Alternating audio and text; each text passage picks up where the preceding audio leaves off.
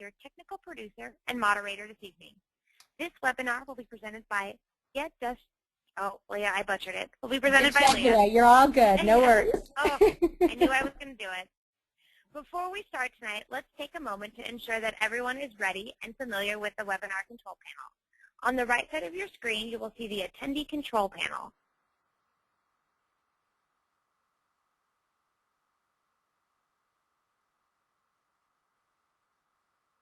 Expanded by clicking on the horizontal double arrow button in the upper left corner. Minimizing the panel allows for a better view of the presentation. Take a moment to practice. There are a few features of the control panel that you should know about. First, be familiar with the Raise Your Hand button. This button is located along the left side of the control panel. It allows you to virtually raise your hand if you have a question or if you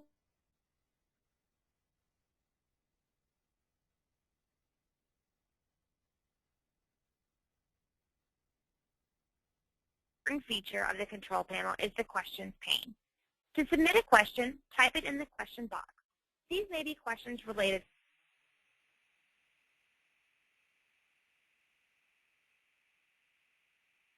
to type your ideas or responses here as a part of the exercise during the webinar.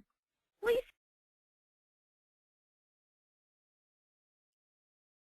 do it at any time. These will be monitored and we will try to respond quickly if we see something that shouldn't wait. During the webinar, you may be asked to respond to a polling question or survey. Please take the time to participate as your input and ideas are valuable to the group. Be sure to stay attentive and interact as much as possible during this webinar. The quality of your experience depends on your attention and participation. Try to avoid the distractions of responding to email, checking Facebook, instant messaging, or working on other tasks. If you need to step away for a moment, do not close the GoToWebinar window, as you will be required to log in again. If you experience problems with the audio, one possible solution is to use the conference call number and listen to the presentation using your phone. Click the Use Phone option in the audio pane of your control panel viewer to use the conference call number.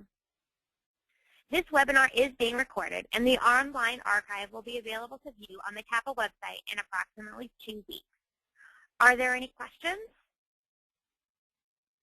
All right, Leah, I think we can go ahead and get started.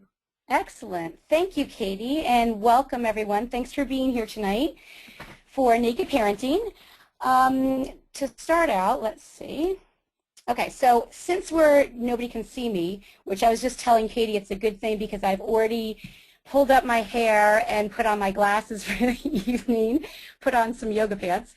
So it's always nice to, though, have a little look at who you're talking to and who you're hearing from. So a little bit about me. I know we have people on the call who are CAPAs and people who are not. I was a CAPA at Syracuse University. I'm a mom of 3. My oldest is 15 and keeps reminding me that she's nearly 16 and driving. I have a 13-year-old son in the middle and a 10-year-old daughter. I started after school in New York City in a real corporate job in public relations and event planning.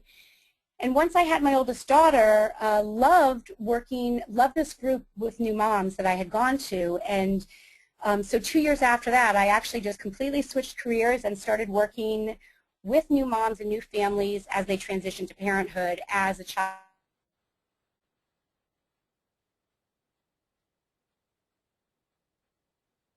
So through the years, I've had the opportunity to work with a lot of different parents and a lot of different families. And then on the personal side, with raising 3 children and seeing how their friends and families, different people raise their kids, I've gotten to see a lot of different parenting styles. So after kind of being implored by a lot of my younger brother's friends, clients, and my blog readers, to write a book, I finally had kind of decided, okay, this is where it came to be, so I decided to write this book. I've also always wanted to be a writer, so that has, it's kind of aligned nicely my passions and my, my interests. So, moving along, in tonight's webinar, I've gotten some feedback from people on the call, so I would say the general ages, the bulk of people's kids are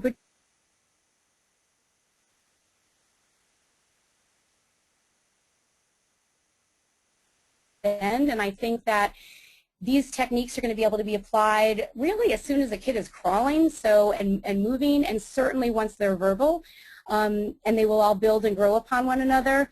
We also have some more tween and teen type ages, and then even somebody who has asked you know, about parenting adult children.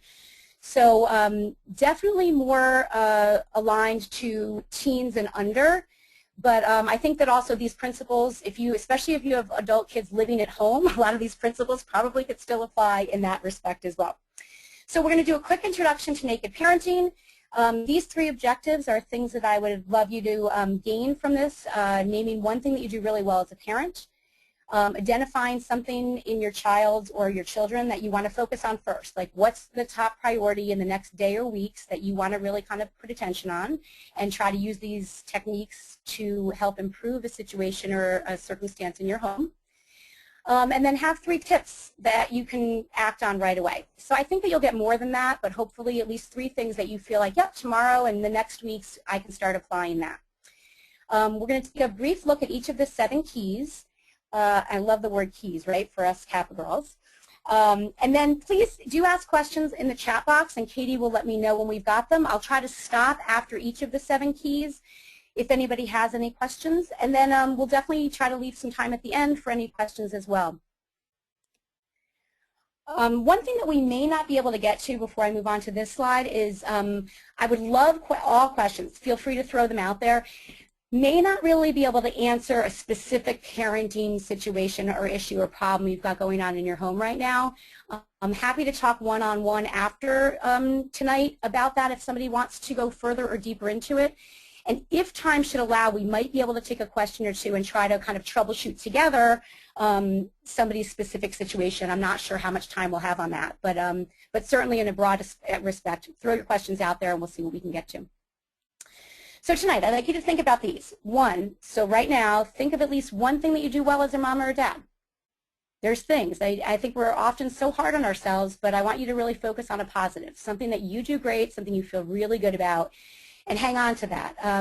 Even the fact that you're right here, interested and on this call and doing something really productive and positive for your family, right there, that's a great thing you're doing as a parent.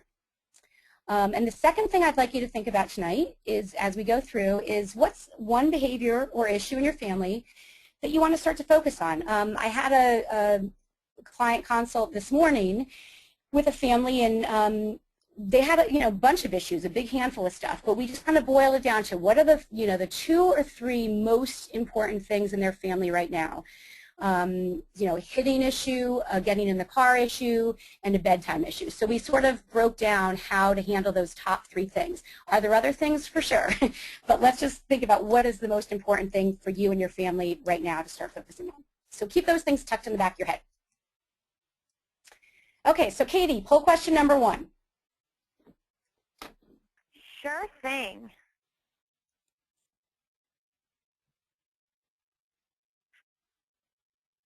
Can you see it?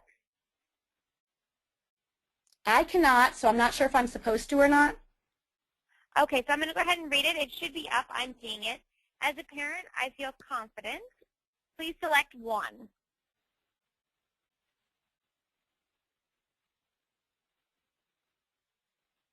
Are you getting feedback? Can everybody else see it? Can somebody chat me if you can't see it?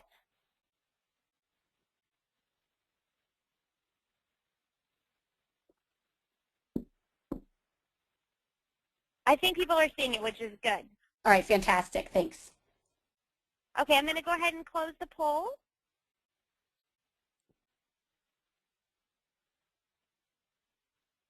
And then it looks like we have, right now, 100% of the people feel confident some of the time. Okay. All right, that's great. And I think that's probably really typical and very common that we would feel, oh, I think my screen is not backing my control, just so you know.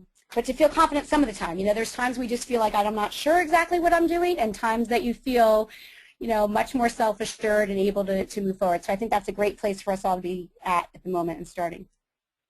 Katie, I can't move forward. I don't have control of your screen. Hold on. Nope. All right. There we go. There we go. Good. Okay, sorry. I must have moved something over. Okay.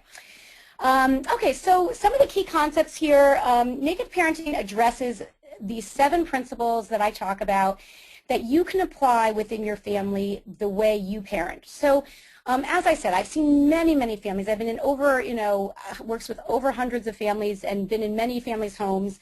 And everybody does it really differently. So, and that's all good and okay. So, however you parent and how you're, I know some of you moms have and dads out there have very young babies and you're still trying to find your parenting style, and that's all good and okay. And it will change and grow as you do and as your kids do. But you have your own family culture, your own family rules about bedtimes and TV time and game time and everything. You went from rigid, more rigid families to more loosey-goosey families. So I think that really these principles can apply to very many different parenting styles and rules and cultures in different families. So it's all about being honest, direct, realistic, and straightforward. So that's the naked part. It's not just a sensational title, but I do really believe in, really stripped down, like getting down to the basics and being honest and open and upfront. I love that somebody wrote, as one of the things they wanted to get out of tonight, they wanted to increase their parenting toolbox. Well, here you go. This is perfect because I'm all about that, having a lot of different ways that you can approach different situations. And things that work, one day of the week may not work another. Things that work one month may not work next month. And that's where that creative energy and that endless kind of need to reinvent things keeps happening. So I'm definitely here to add to your parenting toolbox and to be able to give you some things to try out. And this all takes energy, doesn't it? Yeah. And especially you moms with really young kids, that caretaking alone, the amount of drain and time, it can be overwhelming.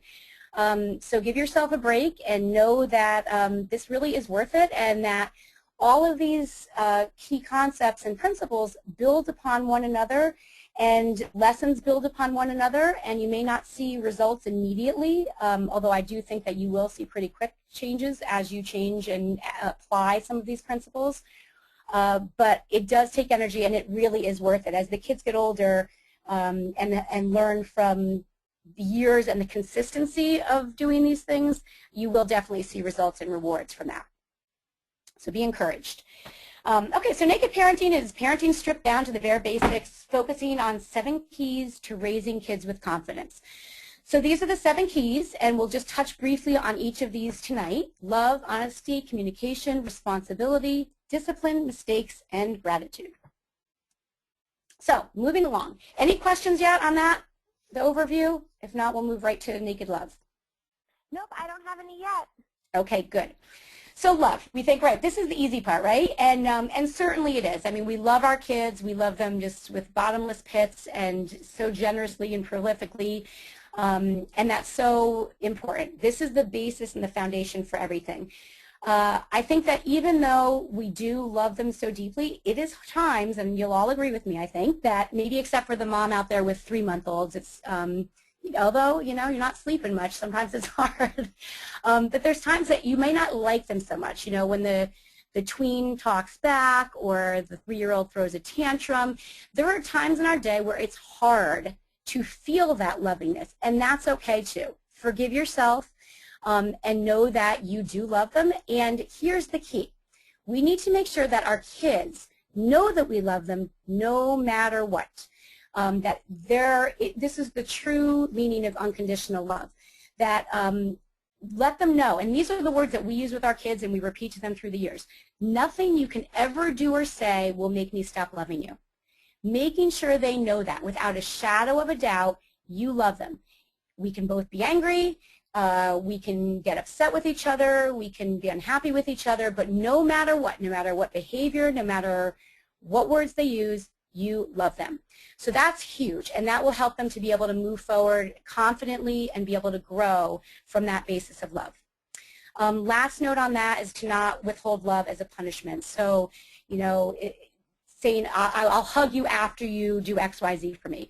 Don't make it a condition. So just as a note for that. So that's Naked Love in a nutshell. Obviously, each of these things, I have at the end of every chapter some top tips from each chapter. So I've sort of tried to pull out some of the top tips.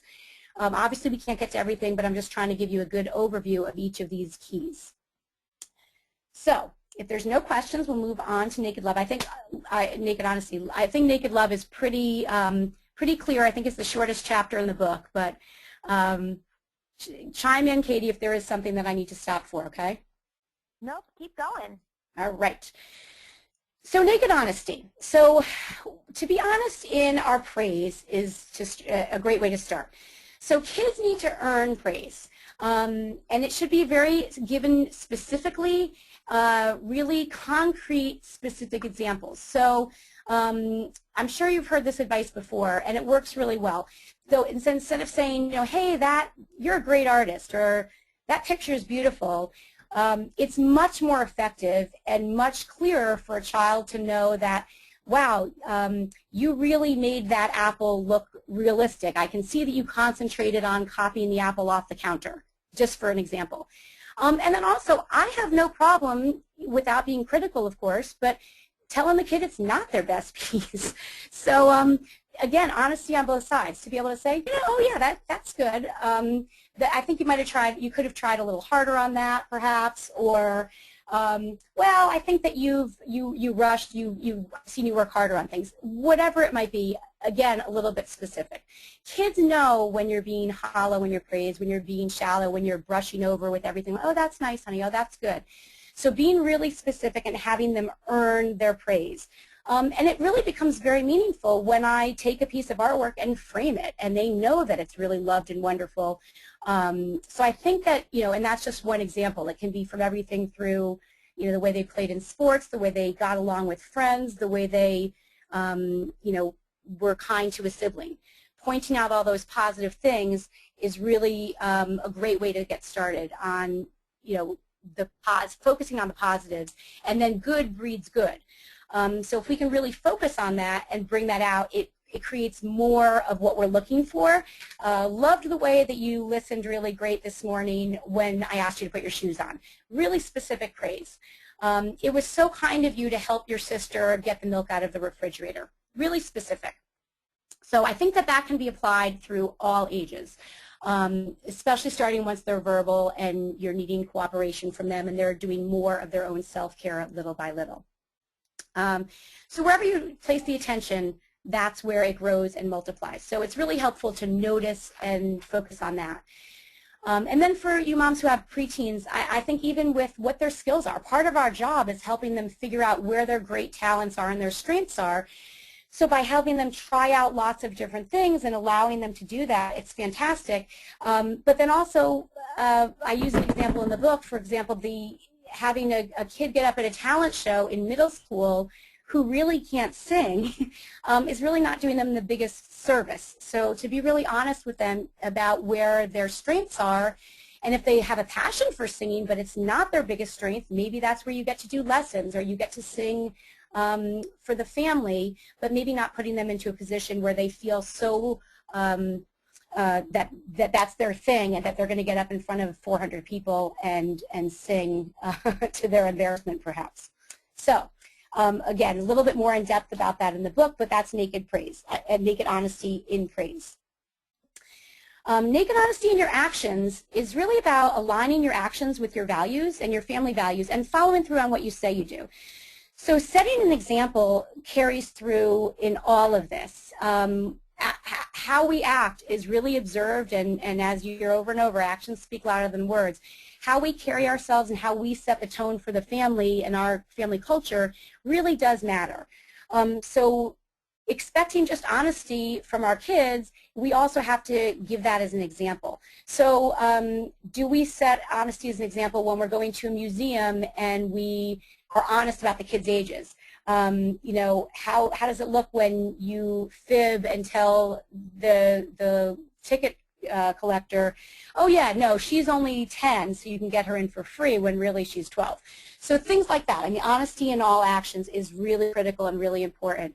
So from setting that example to keeping promises. If you say, we're going to watch family movies together tonight, or I'm going to pay you an allowance for this, or I'm going to take you to buy that book you were looking for. Keep true to that. And we'll get to naked communication, but if there's something that comes up as life happens and you're not able to fulfill that commitment, sit down, explain it to the child, and then as soon as you possibly can, stick to it and follow through on what you had said you would do. Stick to it. You know, we'll go to the park after lunch, go to the park after lunch. And then on the flip side, if you threaten a consequence, follow through on that. We'll get to that again in naked discipline a little bit later. But so key to have integrity in your actions and follow through on that. So if you're at the park and you're saying, you know, throw sand one more time and we're leaving, if that kid throws sand one more time, swift picks them up and you're out of there. That's really naked honesty in actions, and very, very important to see that through. So then the last thing here I want to say about naked honesty for tonight is that life is not all about the kids, not to lose you. So be true to yourself. Remember who you are and what you love to do, and making time for yourself is not something you should feel guilty about. I am all about guilt-free parenting. And take time for you guys as a couple if you're parenting with a partner. Making sure you're nurturing those relationships, those adult relationships, taking time to go out for a walk or a cup of coffee with a girlfriend. It's important to make sure that you prioritize yourself, put yourself on the list while you're parenting. I really, really believe in that. There's some bonus material at the end of the book, and one of them is about nurturing the couple, and one is about why you need mommy time. So I really believe in that. So I'm going to take a breath there. Is there anything about naked honesty that we have questions about? Any thoughts that come up? No one has expressed anything at the moment, so I think we're good to move forward. All right. I just want to keep leaving that opportunity open for anybody who wants to chime in. Feel free. Okay, so naked communication. I think this is so important to set clear expectations. So your kids need to know from really an early age what you expect of them. And so setting that and being clear and communicating that is really important. From don't touch that plant to in our family we don't hit. Making those expectations clear. Encouraging kids to speak for themselves. I love this. And somebody asked how to make kids, strategies to make kids more self-sufficient and more confident. I think all of these things really, which is the subtitle of the book, you know, raising kids with confidence, all of these build upon each other and interrelate. And one of the things is having kids speak for themselves. So from an early age, have them order for themselves in the restaurants. Have them RSVP to a birthday party. Have them call, you know, Uncle John to say, thanks so much for the birthday present. So as soon as they're verbal, they're really able to do that. Ask for a book at the library. You know, invite a friend over and make the phone call yourself. And then moms can get on and make the detailed arrangements, but having them speak up for themselves is really, really validating and helps them walk away proud and successful.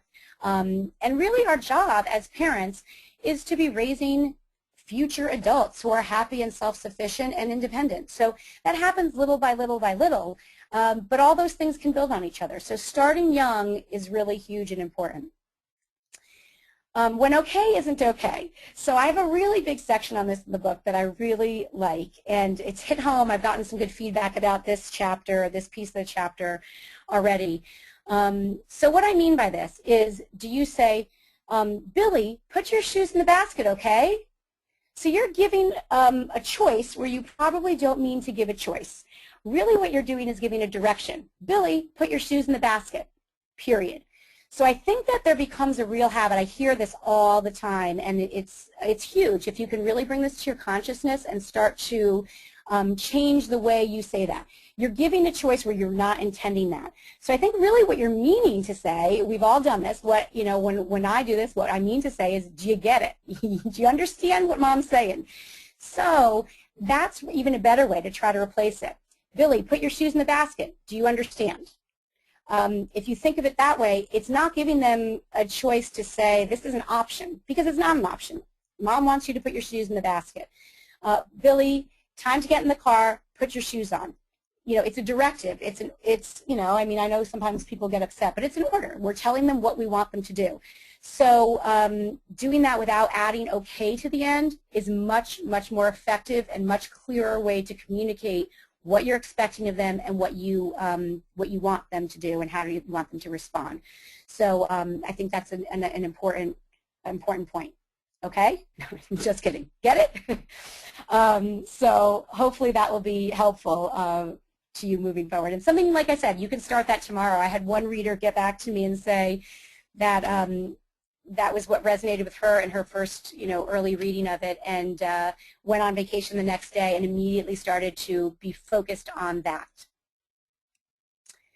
Okay, naked responsibility. All these pieces I could really go on and on about, and do get into more depth in the book, but I just want to give you a taste of what this is all about. So, taking responsibilities for one's own actions is huge. It's something that we need to, like all these lessons and like so much in parenting, repeat. And it's repeating verbally. It's repeating by setting an example. It's repeating by just continually showing kids and drawing those lines for them until they can get it on their own. And this takes a long time, but can start very young. So showing them that cause and effect between their actions and the consequence of their actions. And a lot of that does come down to attitude. We look at, I love that poem. There's a Charles Swindoll poem you can Google that's really fantastic. I love that we use a lot in our family. If somebody needs a little bit of a help with an attitude, we have them read that out loud, just because it really does make a difference. Attitude is so much in life. And you're giving them a gift if you can teach them that young, and they can go into an adulthood with a real positive attitude, or the ability to see things in a different perspective and in a positive way, and not see themselves as victims, as things being done to them. So for example, ways to take responsibility would be a child behaving badly for a babysitter needs to make a phone call or write a note to apologize. They're taking responsibility for their actions. If I am 2 and I dump out my pile of toys, as a mom, I might sit there beside them and help them and guide them, but they're going to pick up those toys. Starting to see that cause and effect. Same thing, you know, kids spilled something. That's okay. We make mistakes. We have a whole chapter on mistakes. But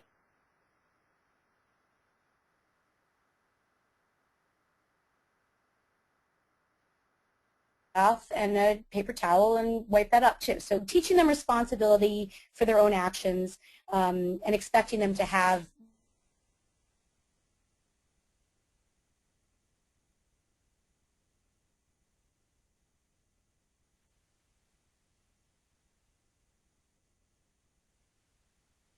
kids can do chores. So from sorting silverware, sorting laundry into different colors, or helping to pull it out of the dryer into a basket, emptying waste baskets, recycling. Even my daughter, who's 10, I don't get it, but she loves to clean toilets, so have at it. That's her job.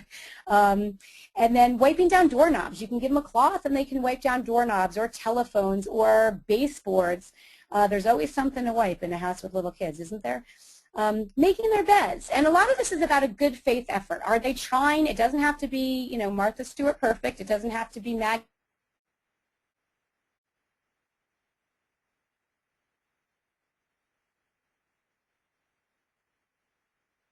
cooking jobs at all different ages, from washing something to when they're older, helping you chop it, to even older, really helping them, having them prepare the whole meal, simple meals, and teaching them that, or parts of meals, or a dessert. Pet care, responsibility and chores in self-hygiene, sweeping steps inside or outside, watering plants. These are all things. There's just many things around the house that you can break down to small jobs for young kids, or add responsibility to it for older kids. Ways to choose jobs or do that, I would say they could rotate by week, by month. Some families, it works great where one kid's job, it's always to dust. Like, that's the job that she had growing up all those years, and that's always what she likes to do or does. That's her job, and she knows that every week dusting is that sister's job, and brother's job is vacuuming, whatever it might be. You could break it up by people take ownership of a certain job or handful of jobs. And then also other ideas are to write a bunch of jobs that you need on popsicle sticks, big craft sticks, stick them in a cute vase or tin, and as jobs need to be done every night at dinner or every morning after school, they pick out jobs from the popsicle sticks. Another idea is to have groups of jobs. We've used this in the past, and again, a lot of these things you have to try different times or use in different ways and rotate them around. We had some groups of jobs that we felt were fair tasks to do for one person, and that was their jobs for the week. So we would take the group of jobs, write them on a note card, and each kid decorated a clothespin, which we added a magnet to, and then the job cards just rotated by kids. So everybody knew that you got this group of jobs together. You know, you did recycling, cleaning the birdcage, and setting the table, and that was your job all week, and then the next week they would rotate. So that's another thought. You could also have a list of jobs, especially as they get older, with perhaps the amount you want to pay for each kid as a job, if you choose to do that. Or just have jobs that they sign up for, and every kid has to sign up for 3 jobs, something like that, have a kind of a sign-up sheet. And then to getting to paying or not paying. Again, I think it's a personal family decision, and some families may have reasons why they choose to do that or not to do that. We do pay an allowance as the kids got older and started to value money and care about that. We have things that they just do because they are part of our family, and we all have jobs in the family, and we all need to work to make the family run smoothly. And then there's jobs that they do get paid for. And then again, back to making sure that you're following through on your actions. Pay them when you say you're going to pay them. So whatever system works for your family, set it up that way, and then make sure you're prompt in teaching them responsibility and paying them on time. As a side note, love to have, I want to do a Naked Parenting Finance book at some point, but I love the idea of having them have their own money where they can then purchase their own toy or save up for a game they want. I find that kids who save up and use their own money for things are so much better at taking care of it. They value it. They really learn so many lessons in saving, purchasing decisions, and then in caring for and respecting the things around them, and feeling a little less entitled, I think, about some things. So I do see a lot of value in kids having their own money to be able to budget, and with obviously teaching them and guiding them with that. But younger kids, instead of payment, you might want to attach a reward. You could do it visually with like a cutout from a magazine or clip art off the computer, put that up there, and say when you've done these jobs at the end of the week, you've earned a hike with the family, or ice cream, or game night, something that works for your family in that sense. So, all right, that was a lot. I feel like I'm just talking really fast and quick, but anybody have any thoughts or questions about naked responsibility? No, I think you're doing a great job, Leah. Just keep on going. All right, thanks, Katie. Okay, so poll question number 2. All right, I'm going to load this up.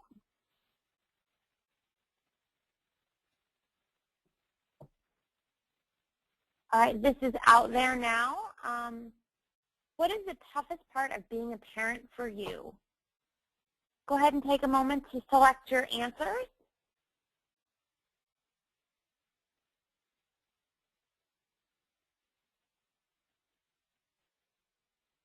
Awesome. I'm going to go ahead and close the poll in 5, 4, 3, 2, 1.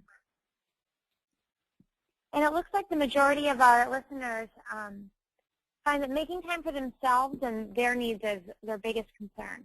Yeah. Okay. All right. Great. So again, looking into finding ways to do that, and those bonus materials in the back of the book, making why you need mommy time, lists a bunch of fun ideas, and then also obviously nurturing the couple. But finding ways for yourself without guilt is huge and really important. So I get that, but that's a challenge. So I'm out of my screen again. Hold on. Sorry. It keeps making me want to ask if I want to leave the webinar. That's the problem here somehow. Well, we only have one more question, so hopefully we should be no problem again. All right, here we are, back on track. Okay, discipline. I think that sometimes this gets like it's a dirty word, or parents are afraid or not sure how to handle this. But disciplining is teaching. It's necessary, and it is how we how we guide our children in so many different ways. It does not have to be negative. Certainly it can result in some power struggles and challenges, without a doubt. I think that's one of the hardest pieces of parenting. But really, again, if we look at number 3, follow through, follow through, follow through, follow through, follow through, follow through, that really, when you do it, when you're consistent about it, absolutely pays off. Okay, so there's also going to be, 2 steps forward, 1 step back. There are going to be times that you feel really confident and you've done really well with it, and times that you're like, oh, I'm not really sure how to handle this. It happens all the time, all the way through as kids age and grow. And it's all okay. We're learning as we go, and as you, I think, feel more comfortable with a lot of the things in Naked Parenting, then I think you can apply that more confidently to disciplining. One of the biggest things I think is that we have to deal with our own discomfort in that. I find this a lot, and not to be stereotypical, but just in my experience, a lot of times with moms especially. There's a guilt, there's a, he's not going to love me, she's going to be unhappy. I find kids are so resilient, and it is our job when kids are feeling uncomfortable. I talk about this more in Naked Honesty part, having naked emotions. And we need to really confront our own emotions and our own discomfort. It is uncomfortable to discipline a child very often. It's uncomfortable to have to take away something they're looking forward to. But for example, this is a little bit more of a teen example, but kid wants to go to a party, doesn't do what they're supposed to do, or talks back, going out and real wise comment, back talk, or whatever it might be. Take away the party.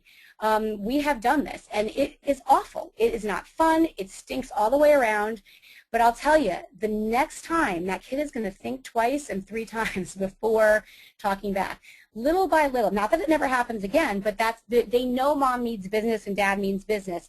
And these things build upon one another. So I think that even though we're uncomfortable, as the adult, we need to take that discomfort and those difficult emotions upon ourselves for the benefit of our kids, to teach them, and that is what discipline is all about. Cannot say it enough. Stick to it. If you say you're going to do something, do it. If you don't want to do it, don't threaten it. Really tough. And I think one of the key things is finding the right consequences. Very often that key piece of discipline that's so hard, right? What can we get? What's a prompt action we can do in that moment? Swift action. Talking isn't action, so what can we do swiftly and promptly as an immediate consequence? I would love to talk more and more about that, because it's a tricky issue. But one thing that we can do is, in the book I give a quite in-depth description of the stone reward system. It has transformed in our home in many ways, but in essence it's a clear glass, like a small votive or small jar of some sort. Pick some stones or buttons or from the craft store, or rocks from a beach, something like that, and have a goal when they reach the top of the stones. We've done it very different ways over the years. So if you have older kids, every stone could be worth 5 minutes of television or 5 minutes of computer. For younger kids, cut out a picture of whatever the reward's going to be, and when they fill that jar with positive things and stones that go in for that, then they get that reward. On the flip side of this, it's really great because it helps us. Humans have a negativity bias, and it helps us to be able to really focus as parents on the positives. We're looking for positive things to reward, and then, like I said earlier, good breeds good. So we're more excited, and kids will then start to flourish and look for more ways to behave and be good and earn stones. So it also then can serve, once they really care about these stones, to be a prompt consequence when there's something that doesn't require something more severe, like a timeout or taking away the party. Sometimes it's just a swift consequence. Get in your car seat. If you unbuckle that one more time, you're losing a stone. Something that's swift and prompt right away. And kids really start to care about these, and then it becomes something that they don't want to lose. So this can work in many different ways, and there's a lot of different reward systems that can work in those sorts of ways. So I think that can be a helpful way to initiate a consequence and give you guys something that's easier to draw from in the heat of the moment. All right, moving along. There's so many things I want to share, so I'm a little bit behind on time, but we're doing okay. Okay, so naked mistakes, and again, chime in if there's any questions that come up. But with mistakes, for everyone, we all make them, but they're learning opportunities. So I think that when we can present it that way, and then again, setting an example for our kids as, how do we handle mistakes? Again, our actions are so powerful. So for example, and especially this is with a little bit of an older child who really could understand that, if we really make a mistake or had a tough day and overreacted to something or really kind of, screamed, it all happens, right? We screamed when we felt like, oh, that kid so didn't deserve that, and it was just because I had gotten, a tough day at work or a bad phone call. That's really naked honesty in your emotions, sitting a kid down and saying, I had a hard day. Mom was just struggling today, and I'm sorry I yelled at you. I was too rough on you. Please forgive me. I apologize. So apologizing is really taking and setting an example of taking ownership and responsibility for your mistake. If you find that you're apologizing all the time or very frequently, it's probably time to do some self-evaluation and go back to naked emotions and really look at why do I keep doing this or repeating this, and what can I do to change that and change my behaviors before they become perpetual or constant mistakes. But I think that sets a great example for kids. And then helping them through their mistakes. So validating their feelings and not rescuing them from tough feelings. When kids make mistakes, missing the goal in a soccer game, the frustration that a kid as young as an 8-month-old who's learning to crawl, frustration is the predecessor to growth. We're all frustrated before a new burst in cognitive skills or physical skills. So before a new skill is really achieved, we very often have a period of frustration. So we can't, and it's not beneficial, obviously, to rescue the kid from that. They need to go through that in order to grow. So instead of rescuing them, validating those feelings. I know that is so hard. You've been working so hard on that piano piece. I can tell you're a little frustrated. You want to take a break and get back to it. You've been working so hard on that. I'm really proud of how you keep trying and keep persisting. So teaching them, they'll learn resilience by learning that they can bounce back from mistakes and setbacks in life. It really helps them learn resiliency. So our job is really to help kids persist despite mistakes and failures and to just persevere. So that's what I'm going to say about mistakes. Somebody did specifically ask about that, and so hopefully that does help a bit. But I do think it's important. I mean, if we make a mistake, fess up, especially preteens, they get that. And I think that they can really have a greater respect for us as parents when we model for them what we what we want them to learn and to know. We made a mistake. I'm going to take responsibility for that. So, okay, and the 7th key is one of my favorites. I think this is the key to happiness in life. I mean, really, I think that gratitude is the secret to life. Like I mentioned before, humans have a negativity bias. It's scientifically proven. We tend to look at the negatives more than the positives. So being grateful is an active process. It's something that we need to continue to remind ourselves. We need to really actively look for reasons to be grateful, to see the positives, to notice the positives, and to seek that out. So I think that's a great thing to try to work on ourselves in setting that example for our kids and in modeling that, and then also in explaining it to them. Say, wow, I am so happy right now to be sitting here with you, enjoying our sandwiches, and look at this beautiful blue sky. Little by little, it can be presented through, prayer, grace at bedtime, or simply just taking a walk and a hike and stopping for a moment to notice the good in that moment. Secondly, we have a family no complaining policy, so I think that kind of starts young with whining, and then older in teenagers when they're more verbal complainers. So I think having a no complaining policy is really effective and can be very helpful.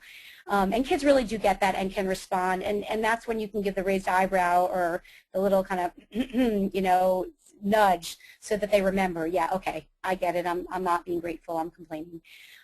Certainly we're all there sometimes, but it does help to have that sort of culture in your family. And then using traditions and rituals to strengthen family bonds. They strengthen family bonds. They give us a sense of security and belonging, a shared identity. Really, rituals and traditions can help us to teach family values, to problem solve, to model lessons we want to teach our kids. And I'm talking things from the everyday rituals, bedtime routines, to more infrequent things like one-on-one time with each child and each parent, holiday rituals or special traditions, you know, taking things from each parent's childhood and upbringing and creating your own and adding that to the family.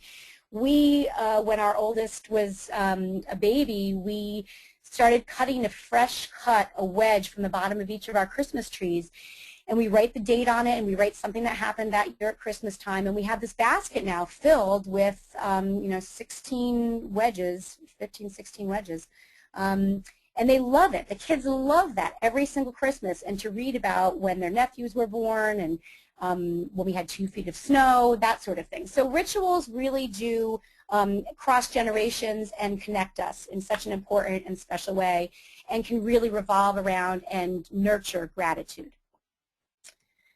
So that brings us to poll question number 3. All right, let me get that loaded.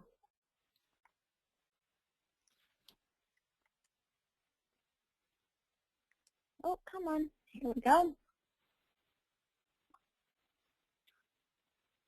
After learning a little bit about naked parenting, and then please select one of the options below.